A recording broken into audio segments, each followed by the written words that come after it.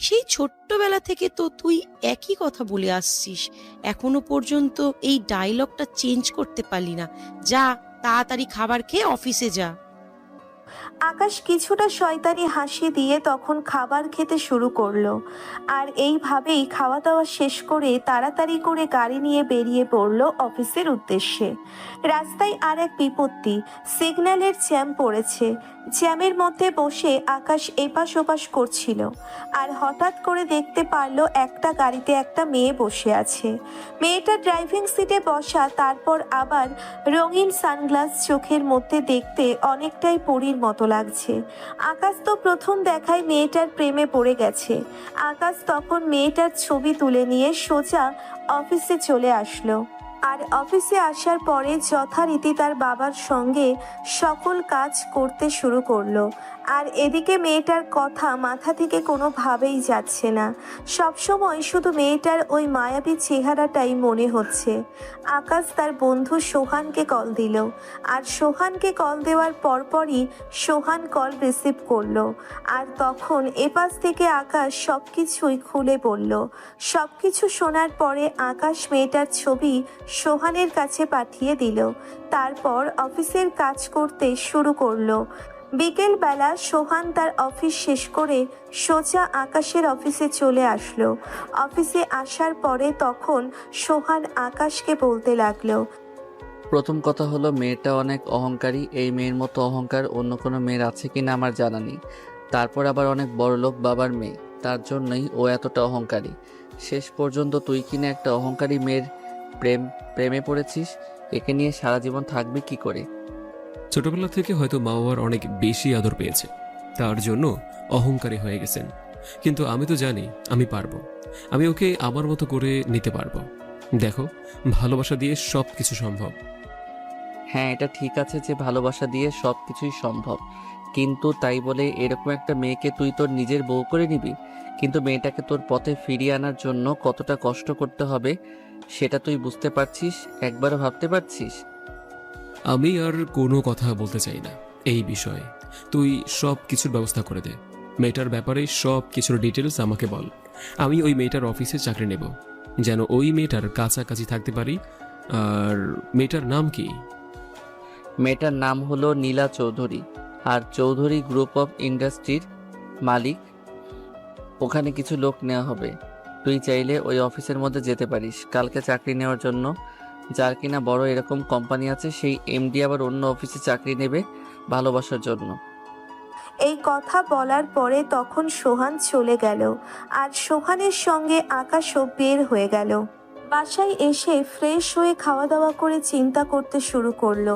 আর পরদিন সকালবেলা আকাশ সব কিছু নিয়ে ইন্টারভিউ দেওয়ার জন্যে চলে আসলো। আর ইন্টারভিউ এমনভাবে দিতে এসেছে যে তার মতো গরিব একটাও নেই। হ্যাঁ, তার নেই।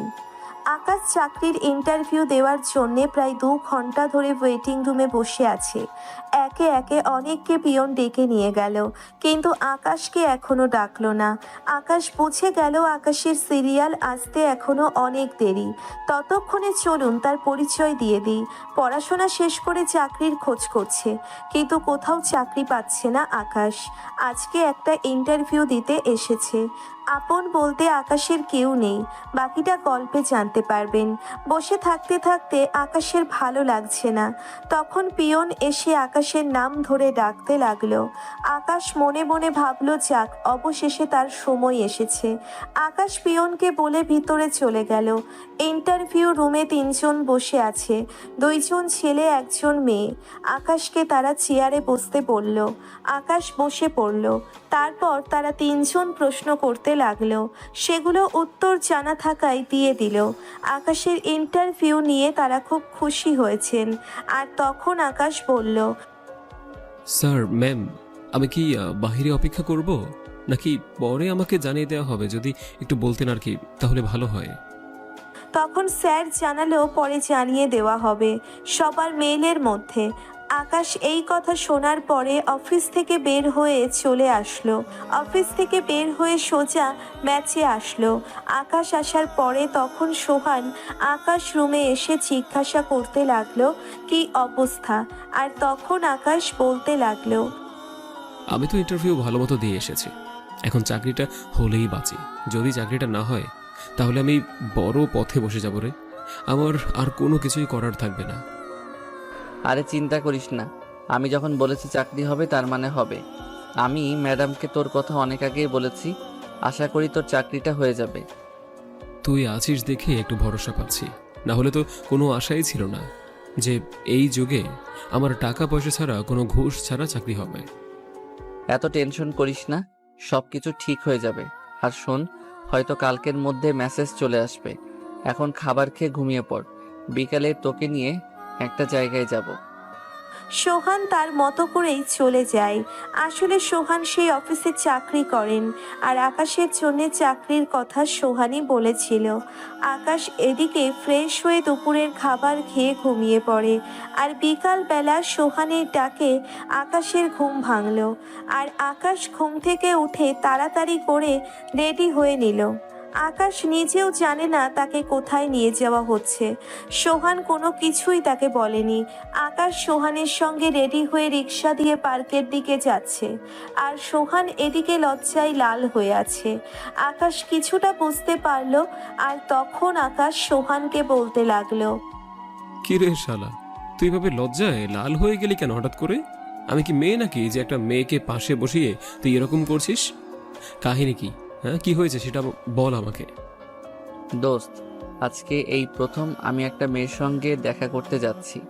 6 মাস শুধুমাত্র মোবাইলে প্রেম করেছি, আর আজকে দেখা করতে যাচ্ছি, তার জন্যই তোকে নিয়ে যাচ্ছি। আরে দোস্ত, কি যে বলছিস না, আমাদের মাঝে গভীর প্রেম, এটা তুই বুঝবি না। তুই তো এখনো পর্যন্ত প্রেম কোনো কিছু করিসনি, তাই এগুলো তুই বুঝবি না।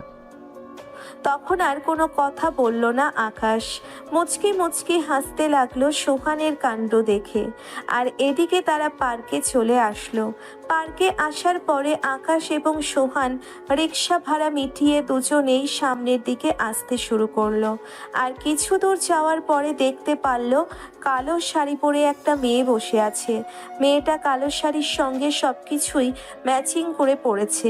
মেয়েটা দেখতে যথেষ্ট পরিমাণে সুন্দর। সোহান এগিয়ে গিয়ে মেয়েটার সঙ্গে কথা বলতে থাকে। আর তখন আকাশ কিছুটা দূরে দাঁড়িয়ে ছিল, আর সোহান ওদিকে বলতে লাগলো, যাক, অবশেষে তোমাকে দেখতে পারলাম। এই দিনটা দেখার জন্য আমি কতদিন ধরে ওয়েট করে আছি, যা তুমি কল্পনাও করতে পারবে না। আমি প্রতি রাতে তোমাকে নিয়ে স্বপ্ন দেখতাম যে কবে তোমার দেখা পাবো, কবে তোমার দেখা পাবো। আজকে অবশেষে এটা পূরণ হলো। আমি তো তোমাকে পরিচয় করিয়ে দিতে ভুলে গেছি, ও হচ্ছে আমার বেস্ট ফ্রেন্ড আকাশ। আসসালামু আলাইকুম ভাইয়া, কেমন আছেন? আর এত দূরে কেন? আমাদের পাশে এসে বসেন। আপনার কথা ওর মুখে অনেক শুনেছি। আকাশ সালামের উত্তর নিয়ে চুপচাপ পাশে বসে পড়ল। আর সোহান এবং নেহা দুজনেই কথা বলতে লাগলো। আর এদিকে আকাশ নিজেকে অস্বস্তি ফিল করছে। আর আকাশ সামনে থেকে একা একাই হাঁটার সিদ্ধান্ত নিল। একা একা সামনের দিকে হেঁটে চলেছে, আর এদিকে সোহান এবং নেহা কথা বলছে। আকাশ একা একাই মনে হেঁটে যাচ্ছিল।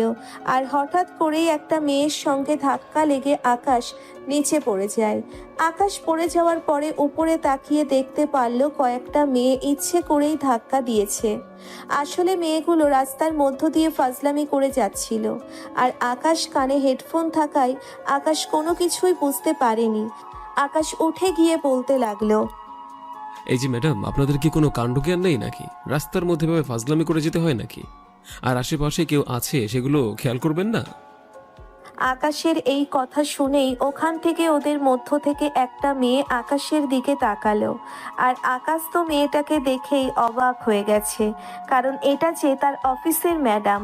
তখন আকাশ আর কোনো কিছু না বলে সেখান থেকে তাড়াতাড়ি করে চলে আসলো।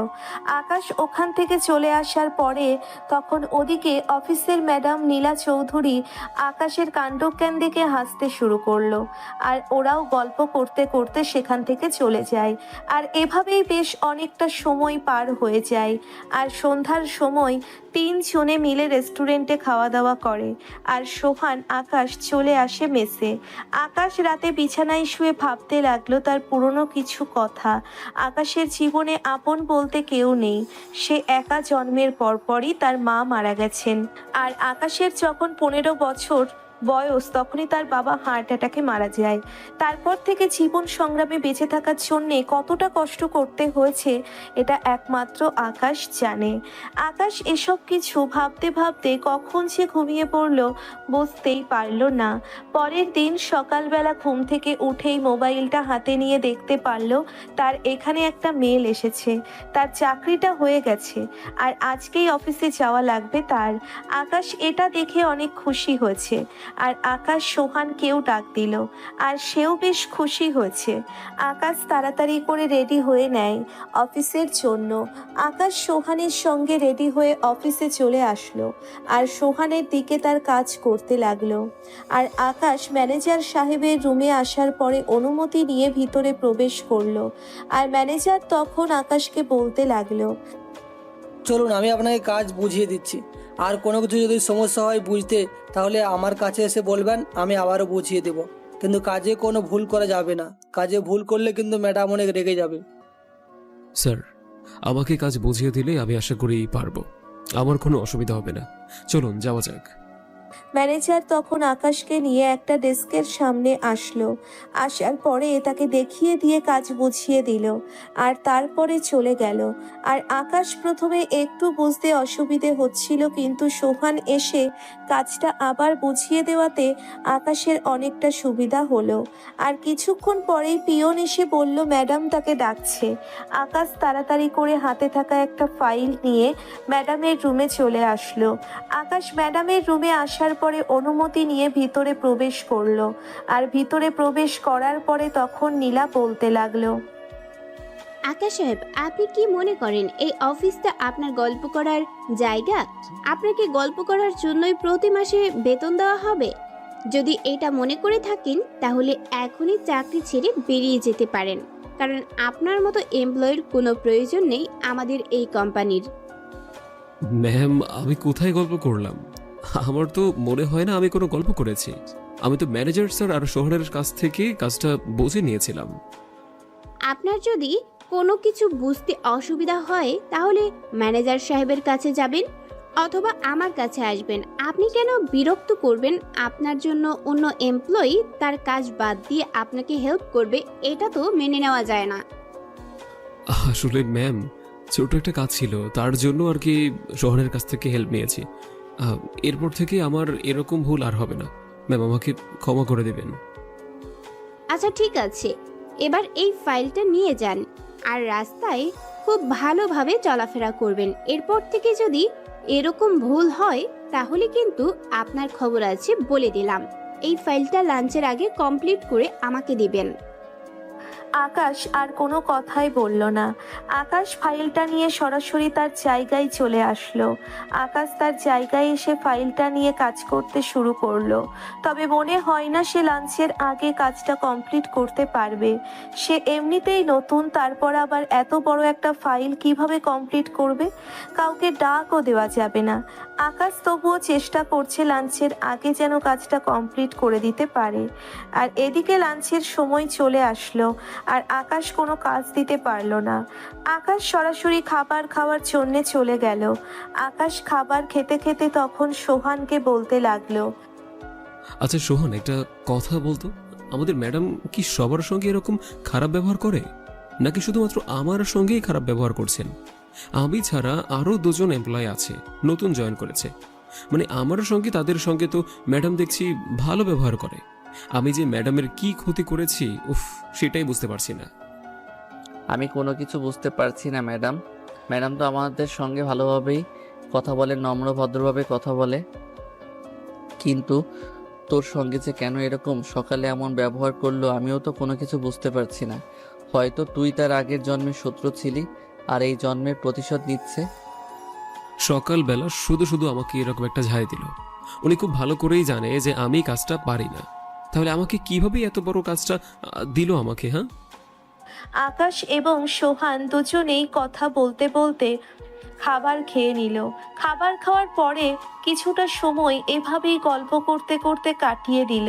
তারপর লাঞ্চের সময় শেষ হয়ে যাওয়ার পরে আবারও কাজে মনোযোগ দিল, আর কাজটা কমপ্লিট করে বিকেলবেলা চলে আসলো নীলার কেবিনে। নীলার কেবিনে আসার পরে নীলা প্রচণ্ডভাবে রেগে আছে আকাশের উপর। আকাশ তখন ফাইলটা সাবমিট করতেই নীলা আকাশের মুখের উপর ফাইলটা ফেলে দিল আর রাগী কণ্ঠে বলতে লাগলো, আপনার কি এটা বাবার অফিস মনে হয় যে আপনি যখন ইচ্ছা তখন কাজ দেবেন? আমি আপনাকে বলেছিলাম লাঞ্চের আগে এটা কমপ্লিট করে দেওয়ার জন্য। লাঞ্চ পার হয়েছে অলরেডি 1.5 ঘন্টা হয়ে গেছে। আপনি এত দেরি করে সাবমিট করলেন কেন? আমাকে সেই জবাবটা দিন। ফাইলটা তো অনেক বড়, আর সম্পূর্ণটা চেক করতে করতে একটু সময় লাগবে। তাছাড়া আমি নতুন, আমি যথেষ্ট পরিমাণে কাজ বুঝেই করেছি। যদি তাড়াতাড়ি করতেই যেতাম তাহলে যদি ভুল হতো তাহলে আবার করতে হতো। আমি কোনো কিছু শুনতে চাই না। আমি আমার কাজ আদায় করতে পারিনি, আর আপনাকে দিয়ে কি হবে? আপনাকে দিয়েই তো মনে হয় না যে কোম্পানির 1 টাকা লাভ হবে। এটাই কিন্তু লাস্ট ওয়ার্নিং। এরপর থেকে যেভাবে কাজ দিব ঠিক সেভাবে কাজ আদায় করব। আমি এর থেকে যদি কোনো ব্যতিক্রম হয় তাহলে কিন্তু আপনার চাকরি কি করে থাকে সেটাই আমি দেখব।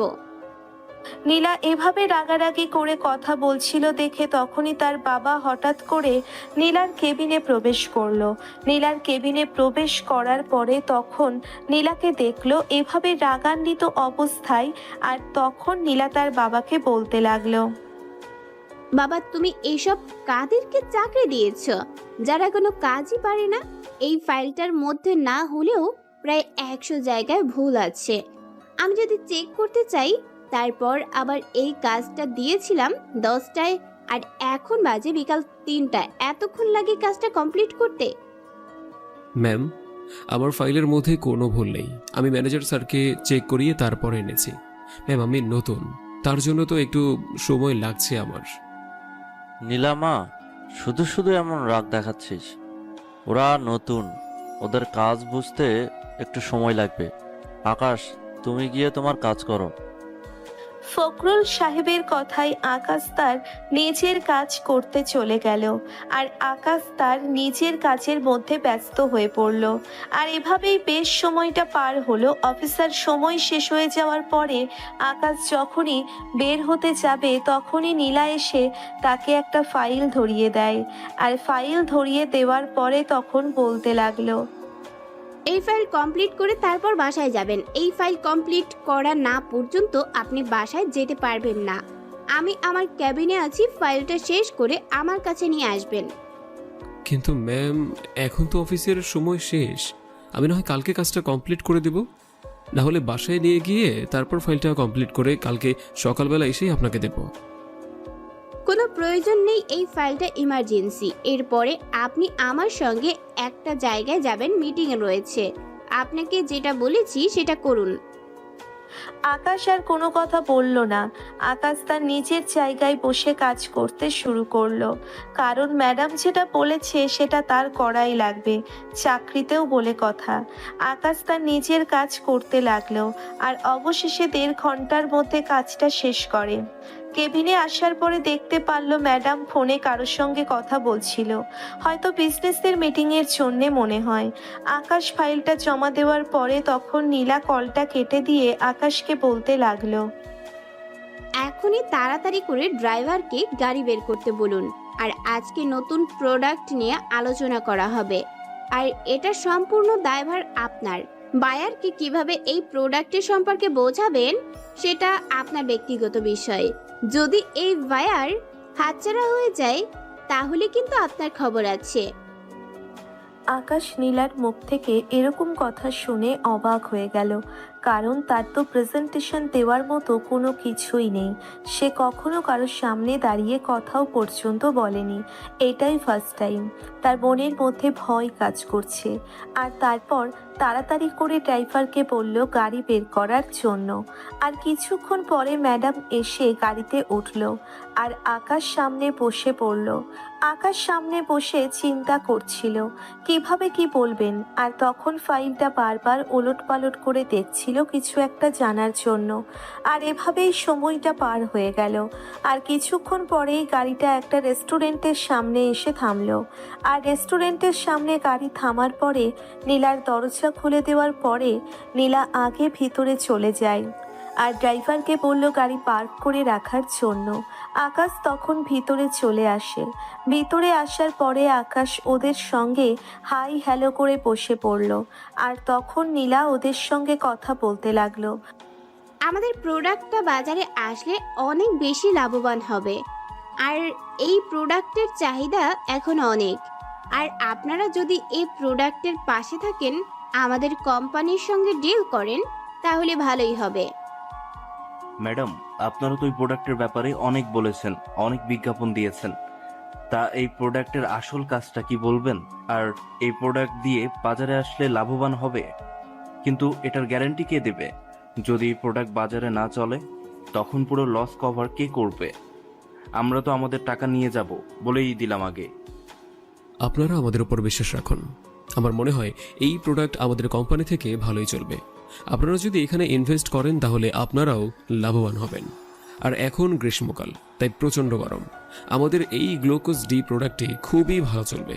এটার কোনো পার্শ্ব প্রতিক্রিয়া নেই, কোনো ফ্লেভার যুক্তও নয়, তাই সহজেই মানুষ এটা গ্রহণ করবে। ঠিক আছে, তাহলে আমরা ডিলে সাইন করতে রাজি আছি।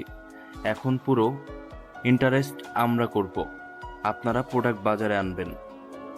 তারপরে বাকি কথা নীলা বলতে লাগলো। আর নীলা এবং বাকি সবাই ওরা বিজনেস নিয়ে আলোচনা করছিল। আর এভাবেই বেশ সময়টা পার হয়ে গেল। আর এদিকে নীলা বেশ কিছুটা খুশি হয়েছে আকাশের কথা বুঝিয়ে দেওয়ার জন্য। আকাশ আরও অনেক কথা বলল, ওদের সঙ্গে প্রোডাক্টের সম্পর্কে ভালোভাবে আইডিয়া দিচ্ছে। কিছুক্ষণ সময় পার হয়ে যাওয়ার পরে রাতে এবং নীলা দুজনেই রেস্টুরেন্ট থেকে বের হলো। রেস্টুরেন্ট থেকে বের হয়ে নীলাকে গাড়িতে উঠিয়ে দিয়ে আকাশ তার বাসায় চলে আসলো। আকাশ তার বাসায় আসার পরে তখন সোহান জিজ্ঞেস করতে লাগলো, কি রে, তোর আসতে এত সময় লাগলো কেন? রাত 8টা বেজে গেছে, আর এখন তুই এখানে এসেছিস? ছুটি তো হয়েছে সেই 5টায়, এতক্ষণ কি করলি? আর বলিস না, ম্যাডামের সঙ্গে একটা মিটিংয়ে গিয়েছিলাম, আর একটা ফাইলও কমপ্লিট করে তারপর মিটিংয়ে যেতে হয়েছে। তার জন্যই এত দেরি হলো। বুঝতে পারছি না ম্যাডাম কেন আমার পিছনেই পড়ে আছে। আর ভেবেছিলাম আজকে অফিসের প্রথম দিন, তাড়াতাড়ি ছুটি হবে, সেখানে কিনা আজকেই দেরি হলো আমার। কিছু করার নেই, বস হয়তো ম্যাডাম তোকে মনে মনে ভালোবেসে ফেলেছে, তার জন্যই তোকে এত প্যারা দিচ্ছে। দোস্ত, যাই কিছু বলিস না কেন, এই কথাটা বলিস না, কারণ কোথায় ম্যাডাম আর কোথায় আমি? আমি একটা এতিম ছেলে, এই এতিম ছেলেকে কি ভালোবাসবে? এটা কখনোই না।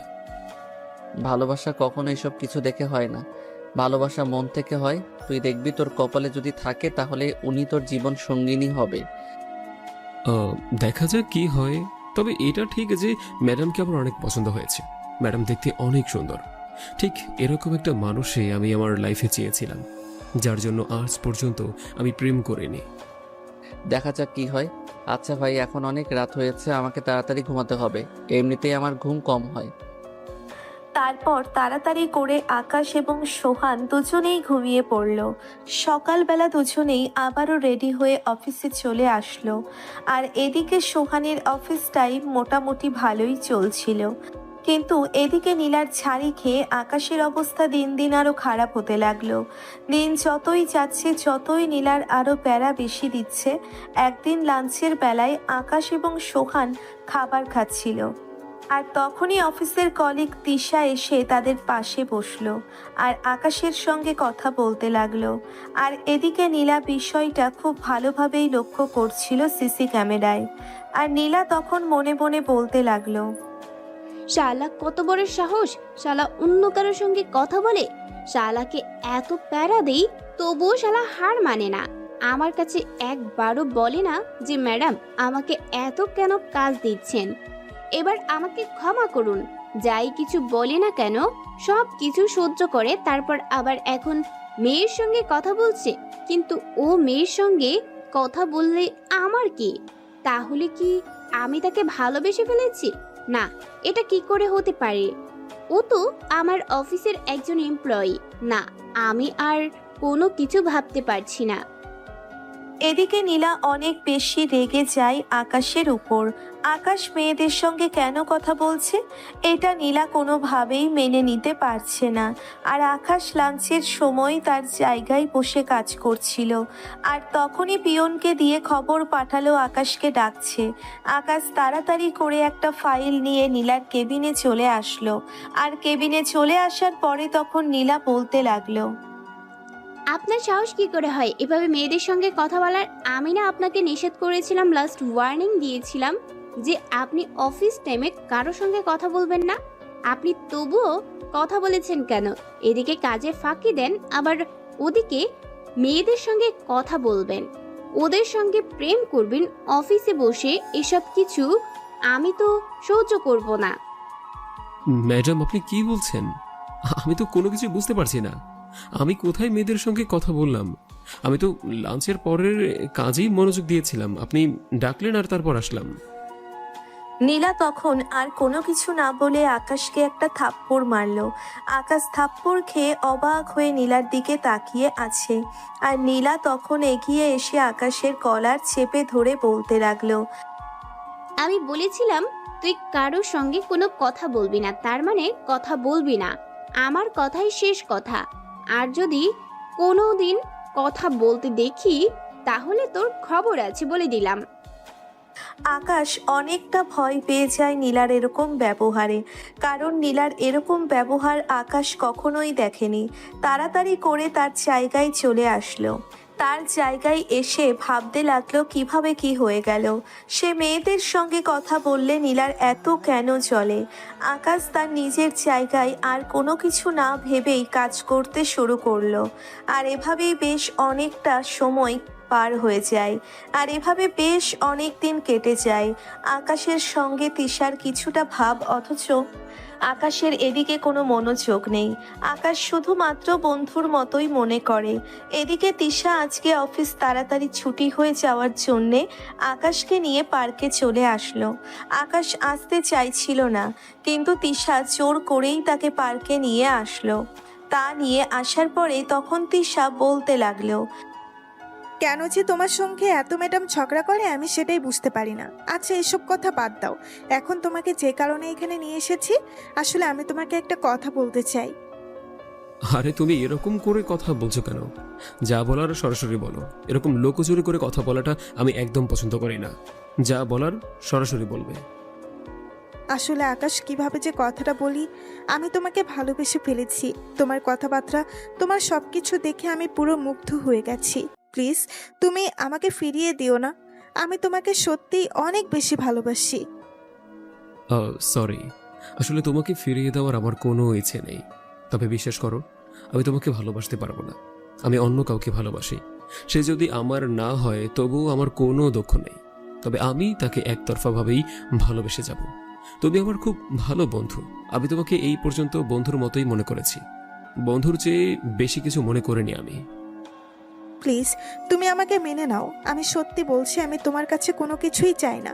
আমি তোমার সব কিছু জেনেই তোমাকে ভালোবেসেছি। তোমার কোনো কিছুর প্রয়োজন নেই। আমার তুমি হলেই আমার হবে, আর কোনো কিছুর প্রয়োজন নেই।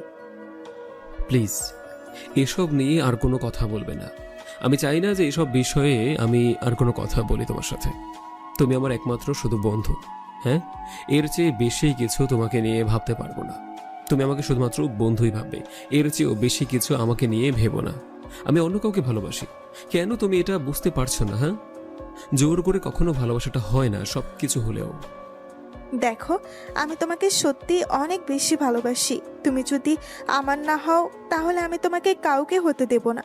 কে সেই মেয়ে যার কারণে তুমি আমাকে রিজেক্ট করে দিচ্ছ? কে সেই মেয়ে সেটা তোমার জানার কোনো প্রয়োজন নেই। আমি চাই না যে আমার ব্যক্তিগত বিষয় নিয়ে তুমি কোনো কথা বলো। আমাকে আমার মতো করে থাকতে দাও। এরপর যদি তুমি এসব বিষয় নিয়ে কথা বলো তাহলে তোমার সঙ্গে আমার বন্ধুত্ব রাখা সম্ভব হবে না। প্লিজ তুমি একটু কথাটা বুঝতে চেষ্টা করো। আমি সত্যিই অনেক বেশি তোমাকে ভালোবাসি। তোমাকে নিয়ে আমি প্রতি রাতে স্বপ্ন দেখি। আমি তোমার কাছে কোনো কিছুই চাই না। তুমি আমাকে যেভাবে রাখবে আমি তোমার কাছে সেইভাবেই থাকতে রাজি আছি। আমার কোনো অসুবিধা হবে না। তিশা, আমি তোমাকে বোঝাতে পারছি না। প্লিজ, তুমি বুঝতে পারছো না কেন? জোর করে কখনো ভালোবাসাটা হয় না, সব কিছু হলেও। আর তোমাকে আমি আজ পর্যন্ত বন্ধুর চেয়ে বেশি কিছু মনে করিনি। বারবার কেন একই কথা বলছো আমাকে? আকাশ কিছুটা রেগে গিয়ে তিশাকে একটা থাপ্পড় মারলো। আর তিশাকে থাপ্পড় মারার পরে আকাশ তখন হেঁটে সোজা ম্যাচে চলে আসলো। আর এদিকে নীলা পার্কে এসেছিল অফিসের পরে। আর তিশা যখন আকাশকে প্রপোজ করছিল তখন এটা নীলা ভালোভাবেই শুনে নেয়। আর সব কথা না শুনেই সে গাড়িতে করে চলে যায়। আর এদিকে বাসায় এসে আকাশ শুয়েছিল। আর তখনই হঠাৎ করে আকাশের মোবাইলটা বেজে উঠল। আকাশ ফোনটা বের করে দেখে ড্রাইভার কল দিয়েছে। আর তখন বলতে লাগলো, স্যার, ম্যাডাম এখন এই জায়গায় ড্রিঙ্কস করছে। ম্যামের অবস্থা তেমন একটা ভালো না। আমার কাছে শুধু আপনার নাম্বার আছে, আর আপনি তো ম্যামের সঙ্গে সঙ্গে থাকেন, এর জন্য আপনাকে কল দিলাম। আপনি তাড়াতাড়ি করে এই জায়গায় চলে আসলে ভালো হয়। আকাশ কল কেটে দেয়। আকাশ কল কেটে দেওয়ার পরে তাড়াতাড়ি করে রেডি হয়ে সেই জায়গায় চলে আসলো। আর এসে নাইট ক্লাবের ভিতরে যাওয়ার পরে দেখতে পারল নীলা ড্রিঙ্কস করছে। আর অন্য একটা ছেলে তাকে রুমে নিয়ে যাওয়ার ধান্দা করছে। নীলার কোনো হুঁশ নেই। আকাশ ওখানে যাওয়ার পরে ছেলেটাকে ইচ্ছে মতো মারতে শুরু করলো। আর মারতে মারতে পুরো রক্ত বের করে ফেললো। আকাশ নীলাকে নিয়ে গাড়িতে উঠে পড়লো। আর ড্রাইভার গাড়ি চালিয়ে যাচ্ছে। আকাশ নীলার বাসার সামনে এসে নেমে যায়। বাসার সবাই ঘুমিয়ে গেছে, তাই কেউ দেখতে পায়নি। আকাশ তাড়াতাড়ি করে নীলাকে তার রুমের ভিতরে নিয়ে আসলো। রুমের ভিতরে নিয়ে আসার পরে যখনই নীলাকে শুইয়ে দিল তখনই নীলা আকাশের গলা জড়িয়ে বলতে লাগলো, কি ব্যাপার, তুমি আমাকে রেখে কোথায় যাচ্ছ? তুমি কেন অন্য মেয়েকে ভালোবাসবে? তুমি জানো না আমি তোমাকে অনেক বেশি ভালোবাসি। আজকে আমাকে এত আদর করবে যে আমি যেন এগুলো ভুলতে না পারি। ম্যাম, আপনি এসব কি বলছেন? আপনি এখানে শুয়ে থাকেন, না হলে আন্টি আঙ্কেল উঠে পড়বে। এখন আপনারই সমস্যা হবে। আমি বাসায় গেলাম। আজকে তুমি কোথাও যাবে না। আজকে আমি কারো বাধা শুনবো না। আজকে আমাকে আদর করতে হবে, মানে আদর করতে হবে। আমি এটা ছাড়া আর কোনো কিছু চাই না। তোমার কাছ থেকে এত ভালোবাসি তোমাকে, আর আজকে কাছে পেলাম, আজকে আমাকে দূরে সরিয়ে দিচ্ছ। আকাশ জোর করে নীলাকে ছাড়িয়ে রুম থেকে বের হয়ে গেল। আর রুম থেকে বের হয়ে যাওয়ার পরে আকাশ সোজা চলে আসলো তার বাসায়। বাসায় আসার পরে এসে ভাবতে লাগলো নীলা কি তাকে সত্যিই ভালোবাসে, নাকি শুধু শুধু মাতলামি করে এসব কথা বলছে। হঠাৎ করে নীলা এসব কেন করতে গেল? এভাবেই বেশ কয়েকদিন পার হয়ে গেল।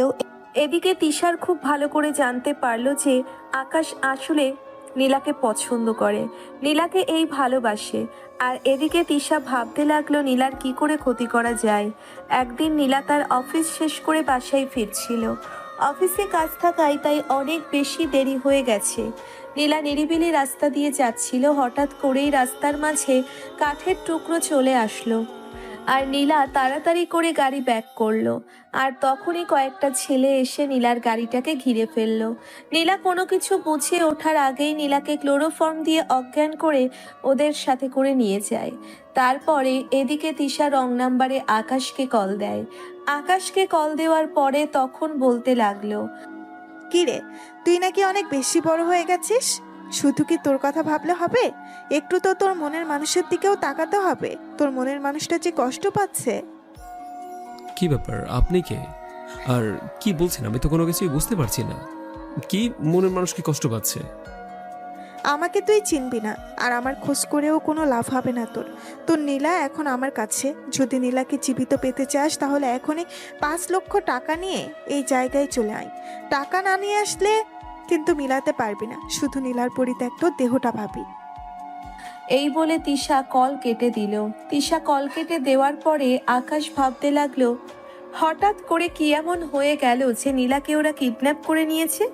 আর এমন কি আছে দেখি না নীলার আর আকাশের সম্পর্কটা ভালোভাবে জানে, কিন্তু এমন তো কেউ নেই যে আকাশ নীলাকে ভালোবাসে। আর নীলার কোনো কিছু হয়ে গেলে আকাশ অবশ্যই যাবে। রাগের মাথায় কোনো কিছুই আসছে না, সে কি করবে? তার এখন 5 লক্ষ টাকা কিভাবে সে নিয়ে যাবে? আকাশ সিদ্ধান্ত নিল তার বাবা মাকে জানাবে, কিন্তু তার মা বাবাকে জানালে সে তো আরো অনেক বেশি টেনশন করবে। আবার এদিকে না জানালে যদি ওরা নীলার কোনো ক্ষতি করে দেয়, তখন মনে মনে সিদ্ধান্ত নেয় সে একাই যাবে নীলাকে উদ্ধার করতে। আর সেই অনুযায়ী এসে রেডি হয়ে তাড়াতাড়ি করে চলে আসে সেই জায়গায়। হাতে একটা ব্যাগ নিয়ে এসেছে, যেন ওরা বুঝতে পারে এটার মধ্যে টাকা আছে। তখনই একটা ছেলে নীলাকে মাথায় পিস্তল ধরে এদিকে নিয়ে আসে। আর নীলা আকাশকে দেখে বলতে লাগলো, আকাশ প্লিজ তুমি আমাকে বাঁচাও, ওরা আমাকে কিডন্যাপ করে নিয়ে এসেছে, ওরা আমাকে মেরে ফেলবে, প্লিজ আকাশ আমাকে বাঁচাও। কিরে, তোদের কথা মতো আমি টাকা নিয়ে এসেছি, এবার নীলাকে ছেড়ে দে, নাহলে কিন্তু একটাও জীবিত ফেরত যেতে পারবি না। তো দিব, আগে টাকা দেখব, তারপর ছেড়ে দেব। আগে টাকার ব্যাগটা বের করে আমাদেরকে দেখা, না হলে তোর নীলাকে এখানেই শেষ করে ফেলবো। আকাশ তখন ব্যাগটা বের করে টাকাটা দেখায়। আর টাকাটা দেখানোর পরেই তখন ওদের একজন টাকাটা নেওয়ার জন্যে এদিকে চলে আসলো। আর এদিকে আসার পরেই ওদের হাত থেকে একটা পিস্তল নিয়ে নীলাকে যে পিস্তল ধরে রেখেছিল তাকে গুলি করে দেয়। গুলি করে দেওয়ার পরে তখন দৌড়ে আকাশের পিছনে চলে আসে। আর এদিকে আকাশ তাড়াতাড়ি করে গাড়িতে উঠে পড়ল। গাড়িতে উঠে পড়ার পরে আকাশ সবাইকে গুলি করছে। আর এদিকে নীলা গাড়ি চালাচ্ছে। আর ওখান থেকে আকাশ নীলা চলে আসলো। আকাশ নীলাকে নীলার বাসার সামনে নামিয়ে দিল। বাসার সামনে নামিয়ে দেওয়ার পরে তখন নীলা আকাশকে বলতে লাগলো, আসলে তোমাকে কি বলে ধন্যবাদ দেব সেটা আসলে আমি মুখে ভাষা খুঁজে পাচ্ছি না। তুমি আমার জীবন বাঁচিয়ে দিয়েছো, আর এতদিন যা কিছু করেছি তার জন্য আমি সরি, অনুতপ্ত। না ম্যাম, সমস্যা নেই, আপনি আমাদের স্যার, আর আপনি আমাদের সঙ্গে এরকম করতেই পারেন, আমরা তো ভুল করবই, তাই না? আর আপনি সেগুলো আমাদেরকে শুধরে দেবেন, এটাই তো নিয়ম। আমি কোনো কিছু মনে করিনি, আর কখনো মনে করবো না। আকাশ আর কোনো কিছু না বলে রাতে একটা রিক্সা নিয়ে সে তারা মেসে করে আসলো। তারপর ঘুমিয়ে পড়লো। পরের দিন সকালবেলা ঘুম থেকে উঠে সরাসরি অফিসের জন্য রেডি হয়ে নেয়। আর অফিসে চলে আসলো। অফিসে এসে সে তার জায়গায় কাজ করতে শুরু করলো। আর এদিকে নীলা অফিসে এসেছে আজকে কালো শাড়ি পরে, দেখতে অনেক সুন্দর লাগছে। এদিকে আকাশ তার জায়গায় খুবই মনোযোগ দিয়ে কাজ করছিল। আর হঠাৎ করেই পিয়ন এসে বলল আকাশকে তিশা খুবই এমার্জেন্সি ডাকছেন।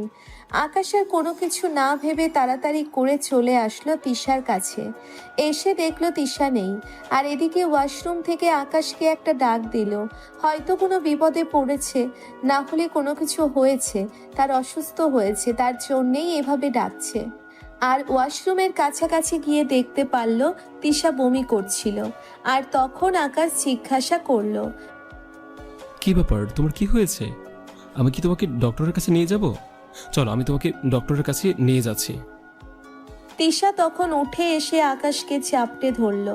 আর এমনভাবে ধরে আছে মনে হচ্ছে আকাশ তাকে নষ্ট করতে চেষ্টা করছে। আকাশ নিজেকে ছাড়ানোর চেষ্টা করছে আর বারবার জিজ্ঞেস করছে তিশা কেন এমন করছে, কিন্তু তিশা কোনো কিছু বলছে না। আর তিশা চিৎকার দিয়ে সবাইকে ডাকতে শুরু করলো। আর এদিকে সবাই চলে আসলো, নীলা সহ সোহান সকলেই চলে আসলো। সকলেই আসার পরে তখন নীলা তখন এসব দেখে ঠাস করে একটা থাপ্পড় মারলো আকাশকে। আকাশকে থাপ্পড় মারার পরে নীলা তখন বলতে লাগলো, ছি, আমি তোকে এতটা বিশ্বাস করেছিলাম, আর তুই এই বিশ্বাসের এই প্রতিদান দিলি। তোকে আমি ভালোবেসে ভুল করেছিলাম, আর আজকেই সেই মাসুল দিতে হলো। তোর মধ্যে যে এরকম একটা কি মানুষ থাকবে, এটা সত্যি আমি ভেবে দেখিনি।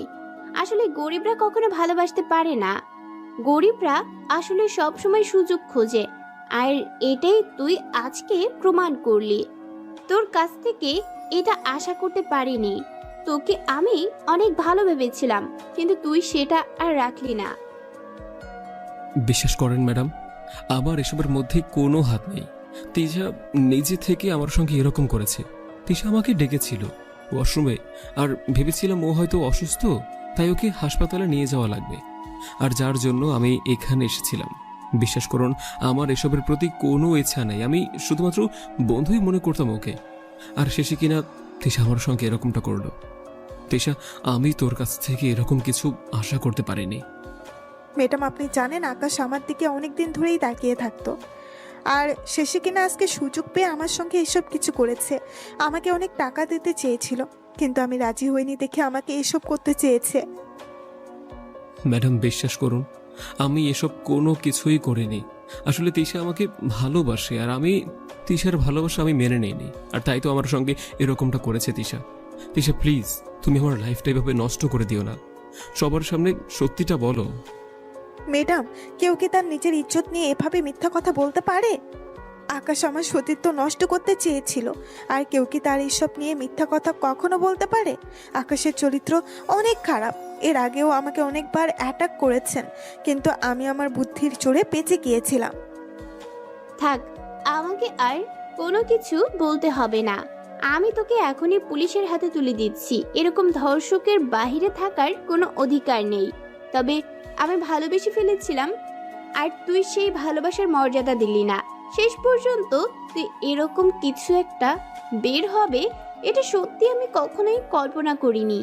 আমার ভালোবাসাটাকে গলা টিপে হত্যা করলি তুই। আসলে তোদের দ্বারা এগুলোই সম্ভব। তোদের কাছ থেকে ভালো কিছু আশা করা সম্ভব না।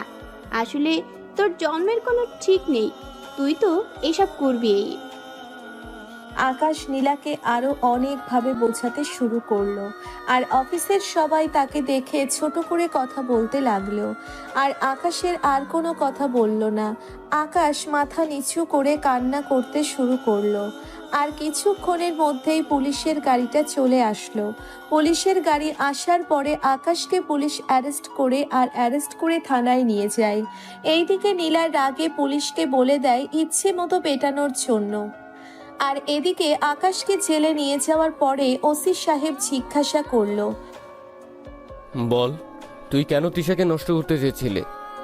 অফিসের মধ্যে চাকরি করবি আর অফিসে বসে এরকম কাজ করবি? তুই কি মনে করেছিস দেশে আইন বলতে কোনো কিছু নেই?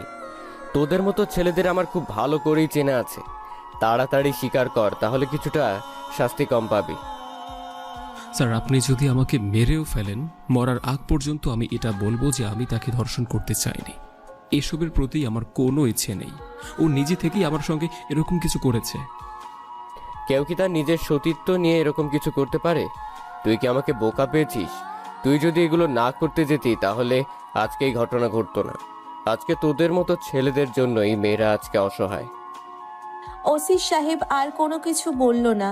ওসি সাহেব আকাশকে ইচ্ছে মতো পেটাতে শুরু করলো, কিন্তু পেটাতে পেটাতে আধমরা করে ফেললো, কিন্তু ওর মুখ দিয়ে হ্যাঁ কথা বের করতে পারলো না। ওসি সাহেবের কাছে সকালবেলা নীলা চলে আসলো, আর নীলা আসার পরে তখন ওসি সাহেবকে জিজ্ঞাসা করতে লাগলো ও স্বীকার করেছে কিনা। আর তখন ওসি বলতে লাগলো, ম্যাডাম দেখুন, আমরা সবসময় চোর বাটপার দর্শক এসব নিয়ে পড়ে থাকি, ঠিক যেমন সেটা আমরা খুব ভালো করে বুঝতে পারি।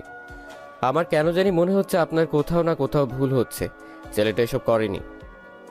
আপনি কি বলছেন এসব? আপনি জানেন ও একটা মেয়েকে ধর্ষণ করতে চেয়েছিল, আর আপনি যাকে এভাবে ছেড়ে দিচ্ছেন। আর সবাই তো আর এক না, তাই না? ও স্বীকার করে নেই তোর কি হয়েছে, আর নিজে বলছে ও এটা করেছে। আরে আমি নিজে গিয়ে দেখেছি জাপটে ধরে তিশাকে নষ্ট করতে চেয়েছে। দেখুন ম্যাম, আমরা অনেক সময় দু চোখ দিয়ে যা কিছু দেখি, দু চোখ দিয়ে দেখার মধ্যে থেকেও কিছু কিছু ভুল হয়ে থাকে। আমরা যা দেখি তা সত্যি, কিন্তু এইসব কিছু দেখার মাঝেও অনেক কিছু লুকিয়ে থাকে যেটা আমরা দু চোখে দেখতে পাই না, কিন্তু সেটা আসলেই ঘটে। বুঝতে পারছেন কি আমার কথা? ওসি সাহেব, আপনার কথাটা আমার বিশ্বাস হচ্ছে না। আমার মনে হয় সে এটা করেছে। ওর দৃষ্টান্তমূলক শাস্তি চাই। আমি ওই মানুষটা এরকম বের হবে আমি সত্যি কল্পনা করিনি। আচ্ছা, ভালো কথা। আপনার অফিসে সিসি ক্যামেরা তো আছেন, আমরা সিসি ক্যামেরার ফুটেজটা চাই। আমরা কোন পক্ষ হয়ে কাজ করি না, যেটা সত্যি সেটাই সবার সামনে আনার চেষ্টা করি, আর এই কারণে আমাদেরকে সরকার থেকে বেতন দেওয়া হয়। আপনি আমাকে সিসি ক্যামেরার ফুটেজটা দিবেন। ওয়াশরুমের সামনে একটা সিসি ক্যামেরা আছে, তবে সেটা তেমন একটা ভালো নয়। ভেবেছিলাম কয়েকদিন পরে পাল্টাবো। অনেক সময় ওয়াশরুমে গিয়ে সিগারেট খায়, আর এই কারণেই সিসি ক্যামেরাটা লাগানো হয়েছিল। মানে ওয়াশরুমের ভিতরে কে যায় কে আসে সেটা দেখার জন্য। আর ঘটনা তো ঘটেছিল ওয়াশরুমের সামনেই। ভালো কথা, আমি এখনই ওনাকে পাঠাচ্ছি। আপনাকে যেতে হবে না, আপনি অফিসে ফোন করে দিন, ম্যানেজার আপনাকে পাঠিয়ে দেবে। আপনাকে নিয়ে আমি সিসি ক্যামেরা চেক করব, না হলে তো আপনি বিশ্বাস করবেন না। নীলা তখন ফোন করে ম্যানেজার সাহেবকে বলল সিসি ক্যামেরার ফুটেজটা তাড়াতাড়ি করে ওসি সাহেবের কাছে পাঠিয়ে দেওয়ার জন্য।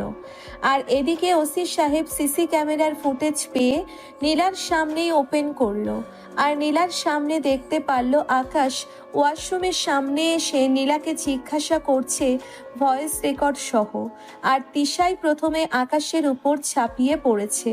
আর এসব কিছু দেখার পর ওসি সাহেব এবং নীলা কোনো কথাই বলতে পারল না। আর ওসি সাহেব তাড়াতাড়ি করে বলল আকাশকে নিয়ে আসার জন্য। আর এদিকে আকাশকে নিয়ে আসা হলো। আকাশ ঠিকমতো দাঁড়াতে পারছে না।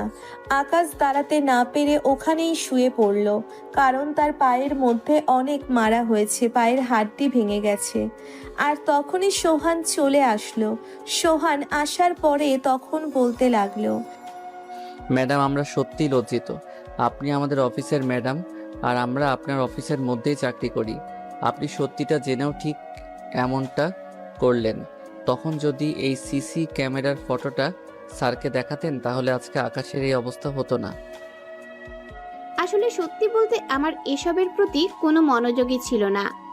আমার সিসি ক্যামেরার ফুটেজ দেওয়ার কথা আমি একদমই মনে ছিল না। প্লিজ তোমরা আমাকে ক্ষমা করে দিও।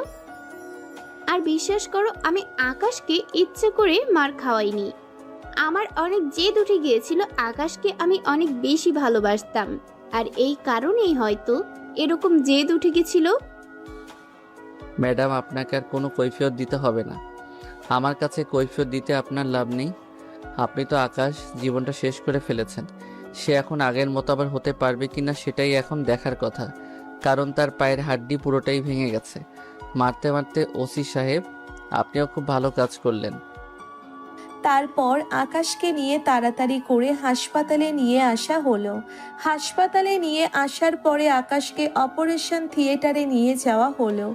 অপারেশন থিয়েটারে নিয়ে যাওয়ার পরে বাহিরে অপেক্ষা করতে লাগলো নীলা, সোহান, ওসি সাহেব আরও অনেকজন। আর এদিকে পুলিশ তিশাকে অ্যারেস্ট করেছে। 2 ঘন্টা পরে ডাক্তার অপারেশন থিয়েটার থেকে বের হলো। আর অপারেশন থিয়েটার থেকে বের হওয়ার পরে ডাক্তার কোনো কথা বলছে না। আর নীলা দৌড়ে গিয়ে ডাক্তারকে জিজ্ঞাসা করতে লাগলো, ডাক্তার, আমার আকাশের কি অবস্থা? সে কি আগের মতো আবার সুস্থ হয়ে গেছে? প্লিজ ডাক্তার বলুন। এভাবে চুপ করে থাকবেন না। আমি তাকে ছাড়া বাঁচবো না, মরে যাব তাকে ছাড়া। তার কোনো কিছু হতে পারে না। দেখুন ম্যাডাম, ওনাকে সবচেয়ে বেশি পায়ের মধ্যে আঘাত করা হয়েছে, আর এই কারণে 2টা পায়ের হাড্ডি একদম ভেঙে গুঁড়ো হয়ে গেছে। আমরা আমাদের মতো করে চেষ্টা করছি, প্লাস্টার করে দিয়েছি, তবে ঠিক হতে প্রায় বছর, অনেক সময় লাগবে। আর যদি এর মধ্যে কোনো কিছু না হয় তাহলে আর কখনো ঠিক নাও হতে পারে, এটা শিওর করে বলা যাচ্ছে না। তবে এমনিতে উনি সুস্থ আছেন। ওনার সঙ্গে আপনারা কেবিনে গিয়ে দেখা করতে পারবেন। ওনাকে কোনো পেইন দিয়ে কথা বলবেন না, তাহলে সমস্যা হবে, কোমায়ও চলে যেতে পারে। এই বলে ডাক্তার চলে গেল। ডাক্তার চলে যাওয়ার পরে এদিকে মেয়েরা তখন কান্না করতে করতে সেখানেই বসে গেল। আর এদিকে কিছুক্ষণ পরেই আকাশকে কেবিনে দেওয়া হলো। আকাশকে কেবিনে দেওয়ার পরে আকাশের কেবিনে দৌড়ে গেল। সোহান আকাশের কেবিনে আসার পরে আকাশের মাথায় হাত বোলাতে বোলাতে তখন বলতে লাগলো, দোস্ত, আমরা তোর জন্য কোনো কিছু করতে পারলাম না রে। দোস্ত, তোর জীবনটা এভাবে শেষ হয়ে যাবে এটা সত্যি আমরা কখনোই ভাবিনি। কিছু কিছু মানুষের জন্য আজকে তোর এই অবস্থা হয়ে গেল। আর কেউ পাশে না থাকলেও আমি তোর পাশে আছি সব সময়। এরপর কোনো কিছুই হবে না, তুই আবারও আগের মতো সুস্থ হয়ে যাবি। আবার আগের মতো দুজন অফিসে যেতে পারবো, তবে এই জল্লাদের অফিসে যেতে হবে না। আর তখনই নীলা চলে আসলো। আর নীলা আসার পরে আকাশের পায়ে ধরে কান্না করতে শুরু করলো। আকাশের পায়ে ধরে কান্না করছিল, আর তখন আকাশ নীলার দিকে তাকায়। আর নীলার দিকে তাকানোর পরে আকাশ তখন বলতে লাগলো নরম কণ্ঠে, ম্যাডাম, আপনি কেন শুধু শুধু এভাবে কান্না করছেন? আপনার তো এখানে কোনো দোষ নেই, তাই না? আপনার জায়গায় আমি থাকলে হয়তো আমি এটাই করতাম। কারণ একটা মেয়ে তো তার ইজ্জত নিয়ে এরকম মিথ্যা কথা বলবে, এটা সবাই বিশ্বাস করবে, তাই না? একটা ছেলের কথা কখনোই ওই সময় কেউ বিশ্বাস করবে না। আপনাদের উপর আমার কারোর কোনো অভিযোগ নেই। প্লিজ আকাশ, তুমি আমাকে ক্ষমা করে দাও। আমি আসলে বুঝতে পারিনি তোমাকে। আমি আসলে তোমার ভালোবাসায় অন্ধ হয়ে গিয়েছিলাম, আর যার জন্য আমি এসব কিছু সহ্য করতে না পেরে আমি ওসি সাহেবকে এরকম বলেছি করতে। প্লিজ তুমি আমাকে ক্ষমা করে দাও। আমি তোমার এই অবস্থার জন্য শুধুমাত্র আমি দায়ী, শুধুমাত্র আমি। আপনি যেটা করেছেন সেটা ঠিকই আছে, কারণ দর্শকদের এরকম শাস্তি পাওয়াই প্রয়োজন। আপনার উপর কোনো আমার অভিযোগ নেই, শুধু শুধু আপনি কান্না করছেন। সোহান ম্যাডামকে নিয়ে চলে যান, ম্যাডামের হয়তো কষ্ট হচ্ছে। ম্যাডাম, আপনি এখন হাসপাতাল থেকে চলে গেলে আমরা খুশি হব। প্লিজ, আপনি প্লিজ এখানে আর কখনই আসবেন না। আপনার দেখা হয়ে গেছে, হাসপাতালে আনা হয়ে গেছে। আপনি এমনিতেই যতটুকু করেছেন সেটা অনেক করেছেন। আপনাকে অসংখ্য ধন্যবাদ। এবার আপনি আসতে পারেন। প্লিজ আকাশ, তুমি আমাকে ফিরিয়ে দিও না। আমি আমার নিজের জীবনের থেকে অনেক বেশি ভালোবাসি তোমায়। এই অবস্থা আমি কি করে তোমাকে ফেলে যেতে পারি? তুমি আমাকে দূরে সরিয়ে দিও না, আমি বাঁচবো না তোমাকে ছাড়া। তোমাকে আমি অনেক অনেক বেশি ভালোবাসি। সোহান কিছুটা অপমান করে নীলাকে তখন বের করে দেয়। আর নীলা এদিকে বাসায় ফেরার পরে রুমের দরজা বন্ধ করে কান্না করতে শুরু করলো। আর এদিকে ওসি সাহেব আকাশের ব্যাপারে খোঁজ খবর নিতে লাগলো। আর খোঁজ খবর নিয়ে জানতে পারলো তার মা বাবা এখনো বেঁচে আছে। তার বাবা বিশিষ্ট ব্যবসায়ী রফিক হাওলাদার, কিন্তু ওসি সাহেবের মাথায় কোনো কিচ্ছু নাই, কারণ ওসি সাহেব খুব ভালো করেই জানে তার বাবা তো মারা গেছেন। আর এদিকে রফিক হাওলাদার তখন ওসি সাহেবকে বলতে লাগলো, ওসি সাহেব, যিনি মারা গেছেন উনি আমার অফিসের ম্যানেজার ছিলেন। উনি আমার ছেলেকে চুরি করে নিয়ে গিয়েছিল। আমার ছেলের ছোটবেলায় একটা কাটা দাগ ছিল মাথার পেছনে। এটা এখন মোটামুটি অনেক মোটা হয়ে গেছে। ছোটবেলায় পড়ে গিয়ে মাথা ফেটে যায়, আর এ কারণেই দাগটা হয়ে যায়। আর তার জন্ম দাগ হলো পেটের মধ্যে। সে যেদিন আমার কাছ থেকে হারিয়ে গিয়েছিল সেদিন তার পরনে পাঞ্জাবি আর পায়জামা ছিল। আমি অনেক জায়গায় খুঁজেছি, অনেক জায়গায় রিপোর্ট লিখেছি, কিন্তু কোথাও আমার ছেলেকে খুঁজে পাইনি। প্লিজ আপনি আমার ছেলেকে এনে দিন। ওর মা প্রতিটা রাতে কান্না করে আমার ম্যানেজার আমার সম্পত্তি দখল করার জন্য আমার ছেলেকে চুরি করেছিল।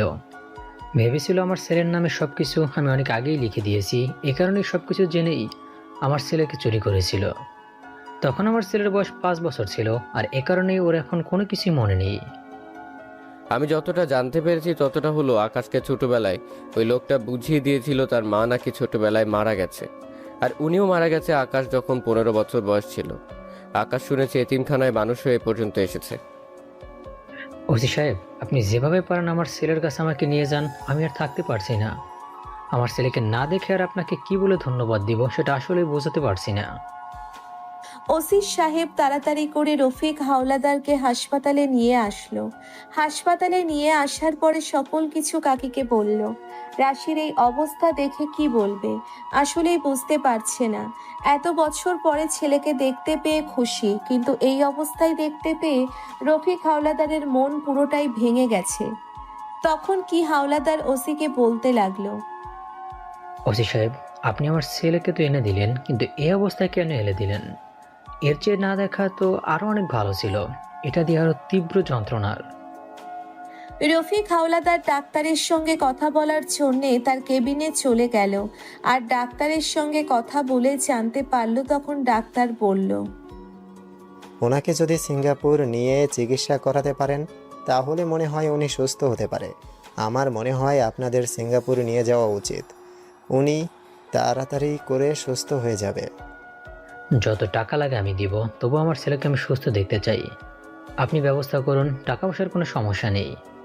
আমার এত টাকা পয়সা আছে, এগুলো দিয়ে আমি কি করব যদি আমার ছেলেই না থাকে? ঠিক আছে, আমি তাহলে ব্যবস্থা করছি। কালকেই আপনারা সিঙ্গাপুর চলে যান। এইদিকে ডাক্তার আকাশকে সিঙ্গাপুর নিয়ে যাওয়ার জন্য সকল ব্যবস্থা করলো। আর এদিকে নীলা চলে আসলো হাসপাতালে। নীলাও সিঙ্গাপুর চলে যাবে। নীলা অনেক বেশি পাগলামি করছেন। আর শেষ পর্যন্ত রফিক হাওলাদার বলল নীলাকে নিয়ে যাওয়ার জন্য। তারপর পরের দিন সকালবেলা তারা বিমানবন্দরে পৌঁছে যায় সময় মতো। আর ঠিক সকাল 11টার ফ্লাইটে করে সিঙ্গাপুরের উদ্দেশ্যে রওনা দেয়। সিঙ্গাপুর সময় বিকেল 4টেয় ওরা সিঙ্গাপুর বিমানবন্দরে এসে থামলো। আর ওখান থেকে সোজা হাসপাতালে চলে আসলো।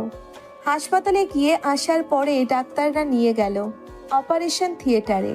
আর অপারেশন থিয়েটারে নিয়ে যাবার পরে এদিকে নীলা কান্না করতে করতে বারবার অজ্ঞান হয়ে যাচ্ছে।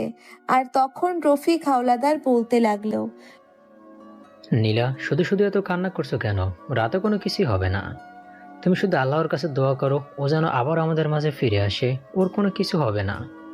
আমি তো ওর বাবা, আমি খুব ভালো করেই জানি আমার ছেলের কোনো কিছু হবে না। ও আবারও ফিরে আসবে। ওর এই অবস্থার জন্য শুধুমাত্র আমি দায়ী। আমার কারণে ওর এই অবস্থা হয়েছে। ওর যদি কোনো কিছু হয়ে যায় তাহলে আমি নিজেকে কখনো ক্ষমা করতে পারবো না। প্লিজ নীলামা, শান্ত হও। ওর কোনো কিছু হবে না। তুমি আল্লাহর কাছে দোয়া করো যেন আকাশ আবার আগের মতো ফিরে আসে।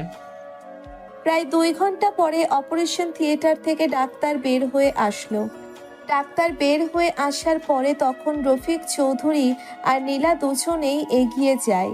আর এগিয়ে যাওয়ার পরে তখন রফিক চৌধুরীকে ডাক্তার বলতে লাগলো, please don't stress, the patient's completely safe now. I hope his leg will be fine in 15 days. The rest in Allah's will. We have tried our best. Now, if Allah wills, he will recover very soon. You can visit the cabin soon. Thank you very much, doctor.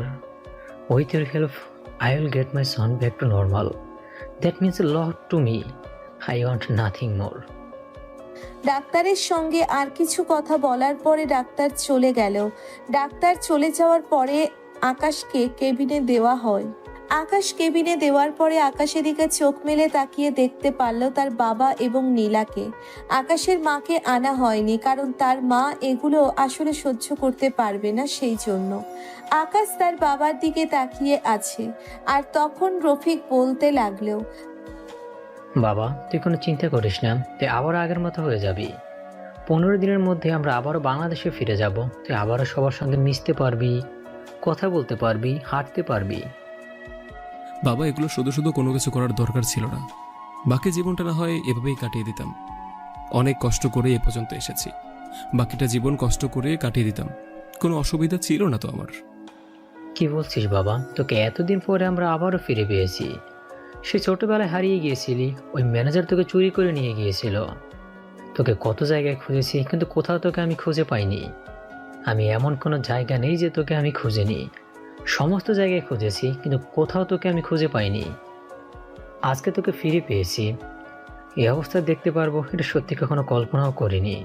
তোর মা তোর জন্য প্রতি রাতে কান্না করে। আকাশ আর কোনো কথাই বলল না। আকাশ চুপচাপ বসে রইল। আর এদিকে নীলা আকাশকে খাইয়ে দিচ্ছে। আর খাবার খাওয়ানোর পরে তখন ঔষধ খাইয়ে দিল। আর এভাবেই বেশ 15টা দিন পার হয়ে গেল।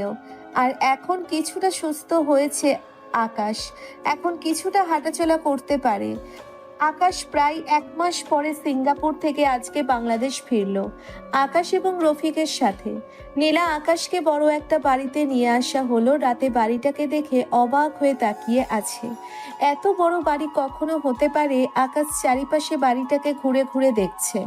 আর এদিকে আকাশের মা তাড়াতাড়ি করে আকাশের কথা শুনে দৌড়ে চলে আসলো। আকাশের কাছে আসার পরে তখন আকাশকে জড়িয়ে ধরে কান্না করতে করতে বলল, বাবা, তুই এসেছিস? আমি সে কবে থেকে তোর জন্য অপেক্ষা করে আছি। তুই কখন আসবে? আমি তোর মুখটা আমি কখন 2 চোখ ভরে দেখবো? আমি আর অন্য কিছু চাই না বাবা। আমি তোর কাছে শুধু এটাই চাই, তুই বাকিটা জীবন আমার সঙ্গে থাক। আমি আর কয়দিন বাঁচবো? যতদিন বাঁচবো তুই আমার চোখের সামনে থাকবি, কখনো আমার থেকে দূরে চলে যাবি না। মা, তুমি এসব কথা কি বলছো? প্লিজ এসব কথা বলো না। আমি আর কোথাও কখনো যাব না, সব সময় তোমার পাশেই থাকবো। আকাশ এবং তার মা দুজনে কথা বলতে বলতে বাড়ির ভিতরে নিয়ে গেল। বাড়ির ভিতরে অনেক কাজের লোক রয়েছেন, আর এক একজন এক এক কাজ করে থাকে। আকাশকে একটা রুমে নিয়ে আসা হলো। রুমটি খুবই সুন্দর করে গোছানো।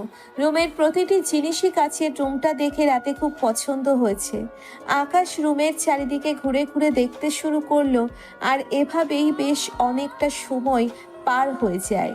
আর প্রেমিক আকাশের জন্যে খাবারের জন্যে ডাকতে আসলো, আর ওরা সবাই মিলে একসঙ্গে খাওয়া দাওয়া করতে লাগলো।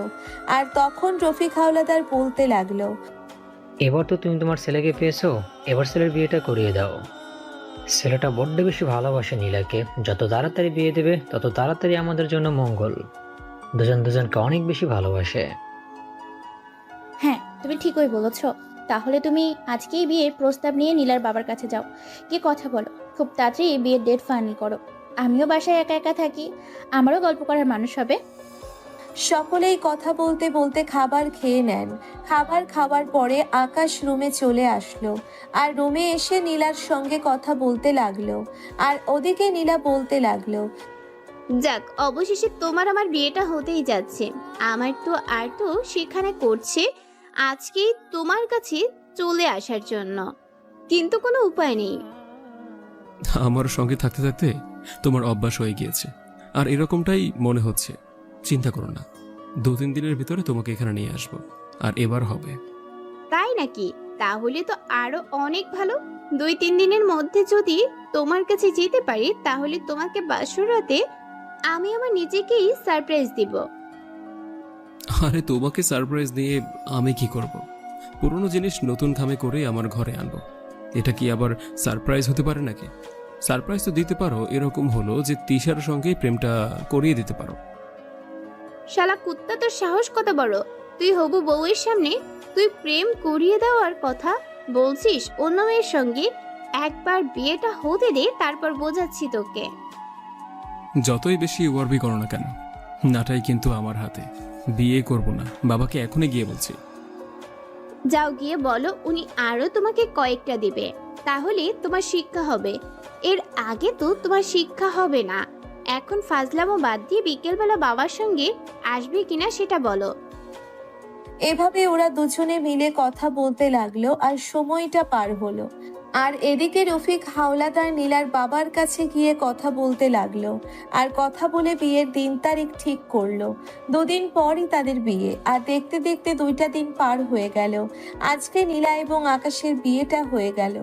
রাবি এখন দাঁড়িয়ে আছে বাসর ঘরের সামনে, ভিতরে যেতে অনেক বেশি ভয় পাচ্ছে। আর তখন পেছন থেকে এসে আকাশের মা বলতে লাগলো, কে রে হারামজাদা, তুই এখানে কেন দাঁড়িয়ে আছিস? এখানে ভিতরে না গিয়ে মেয়েটা সে কখন থেকে তোর জন্য বসে আছে। আর রাত কয়টা বাজে দেখেছিস? রাত 1টা বেজে গেছে। তার ভেতরে যা, গিয়ে ঘুমা। মেয়েটার উপর দিয়ে সারাদিন কতটা ধকল গেছে। আকাশ তার মায়ের কথা এর ভিতরে প্রবেশ করলো। তার ভিতরে প্রবেশ করার পরে দরজা লক করে দিল। আর এদিকে কোনো কিছু বুঝে ওঠার আগেই আকাশের কলার ধরে ছুরি এগিয়ে দিয়ে বলতে লাগলো, এই ছাড়া তোরা আসতে এত দেরি হয়, আর আমি সেই কখন থেকে বসে আছি। আজকে তোকে মেরে ফেলবো। এই দেখ, একদম নতুন ছুরি, এইটা দিয়ে তোর গলা কাটবো। ছি, তোমার মুখের ভাষা এরকম? আগে জানলে বিয়েই করতাম না। আর এরকম একটা গুন্ডি মেয়েকে বিয়ে করেছি আমি, সে যে কিনা নিজের পায়ে নিজেই কোরাল মারলাম। নিজের জামাইকে কেউ এরকম করে কথা বলে, তাও আবার ছুরি গলায় ধরে রাখে? ধরেছি তো বেশ করেছি, এটাই তোর পাওনা ছিল। এত দেরি হলো কেন আসতে? এখন রাত কয়টা বাজে? রাত 1টার সময় তুই ঘরে এসেছিস কেন?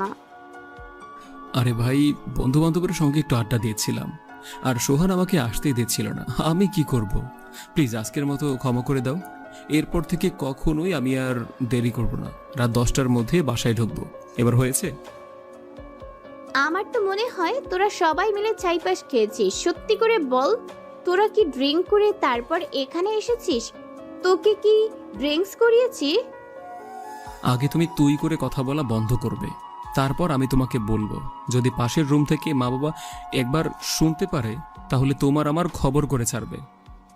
আচ্ছা ঠিক আছে, এখন বলো তোমার মুখ থেকে এরকম বাজে গন্ধ আসছে, তুমি কি মাতাল হয়ে তারপরে বাসার ঘরে এসেছো? আমি ওসব কখনো খাইও না, বুঝতে পেরেছো? আর হ্যাঁ, এটা কোনো গন্ধই না, এটা হলো একটা পারফিউম। তুমি বুঝেও না বুঝার ভান করছো। এত ভাব কেন আপনার?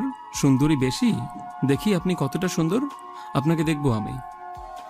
নীলার হাত থেকে ছুরিটা নিয়ে রেখে দিয়ে নীলাকে কোলে তুলে নিয়ে বিছানায় শুইয়ে দেয়। আর নীলা তখন লজ্জায় চোখ বন্ধ করে ফেলেছে, চোখ মেলে তাকাতে পারছে না আকাশের দিকে। আকাশ তখন নীলার সামনে আসা চুলগুলো পেছনে ঠেলে দেয় আর নীলা ঠোঁটের দিকে এগিয়ে যায়। আকাশ তখন নীলার ঠোঁটছোড়া দখল করে নিল। প্রায় 5 মিনিট পরে নীলাকে ছেড়ে দিল। আর নীলাকে ছেড়ে দেওয়ার পরে তখন আকাশ বলতে লাগলো, কি ব্যাপার, তুমি আমার ঠোঁটের মধ্যে কামড় দিয়েছো কেন? এইবার তো তুমি আমার এখান থেকে যেতে পারবে না। তুমি দেখো আজকে তোমার কি অবস্থা করে, আমাকে কামড় দেওয়া, তাই না? যা কিছু করো না কেন, ঠোঁটের মধ্যে কামড় দিও না প্লিজ। কারণ সকালবেলা যখন আমি বের হব তখন মা থাকবে, বাবা থাকবে, তোমার সব বন্ধু বান্ধব সকলেই আসবে, খাওয়া দাওয়া করবে। ওদের সামনে কি করে থাকবো বলো তো? আমার ভীষণ লজ্জা করবে প্লিজ। এটাই তো তোমার শাস্তি। আর লজ্জা করবে কেন? তুমি তো তোমার ভালোবাসার মানুষের কাছ থেকেই আদর পাচ্ছ, তাই না? হাজবেন্ডের সঙ্গেই করেছো। এখানে লজ্জা পাওয়ার কোনো কিছু নেই। লজ্জা হলো ছেলেদের। আমি যেহেতু লজ্জা পাচ্ছি না, তাহলে তুমি কেন লজ্জা পাবে? শয়তান একটা লজ্জা ছেলেদের, তাই না? ওকে ঠিক আছে, দেখা যাক আপনার লজ্জা আছে কিনা। তবে আপনার যে লজ্জা শরম নাই এটা কিন্তু অলরেডি জানা হয়ে গেছে। দেখো, আমি কিন্তু তোমাকে স্পর্শ করিনি, আমার কোনো দোষ নেই। তুমি নিজেই কিন্তু আমার কাছে এসেছো, তার মানে আমি নির্দোষ। সকল দোষ তোমার।